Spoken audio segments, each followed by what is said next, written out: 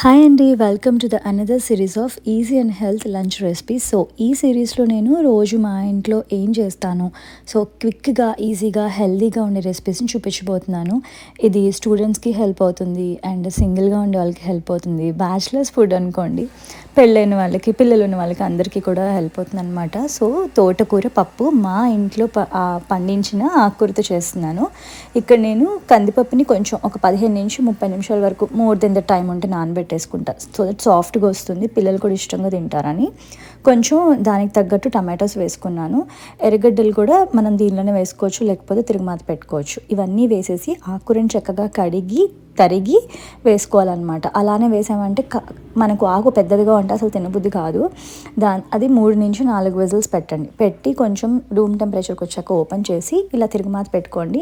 నాకు ఇలా పాతకాలం పద్ధతిలో లాగా ఎర్రగడ్డలు తిరుగుమాత పెట్టుకుంటే చాలా బాగా అనిపిస్తుంది. లేదు మీకు అవసరం లేదంటే ఆ ఉల్లిపాయలన్నింటినీ తీసుకొని ప్రెషర్ కుక్కర్లోనే కుక్ చేసేసుకొని లాస్ట్లో పోపు పెట్టేసుకొని వెల్లుల్లి, కరివేపాకు, కొత్తిమీర, ఇంగువ, ఆవాలు, జీలకర్ర, మినపప్పు, ఎండుమిరపకాయ ఇవన్నీ వేసుకొని నేతిలో వేయించుకొని చక్కగా దాని తర్వాత ఒక 2 టేబుల్ స్పూన్లు చింతపండు పులుసు కనుక పోసుకొని ఒకసారి మళ్ళీ ఒక 3-4 నిమిషాల వరకు కుక్ చేసుకొని అప్పడాలు, వడియాలు కానీ లేకపోతే ఉప్పు మిరపకాయలతో కానీ తిన్నారు అంటే అబ్బా అమోఘంగా ఉంటుంది. ట్రస్ట్ మీ, ఒక్కసారి ఈ మెథడ్లో ట్రై చేసి చూడండి. ఎంత బాగుంటుందంటే అంత బాగుంటుంది. మన అమ్మమ్మ వాళ్ళు, మన నానమ్మ, అమ్మ వాళ్ళు చేసే రుచి ఖచ్చితంగా వస్తుంది.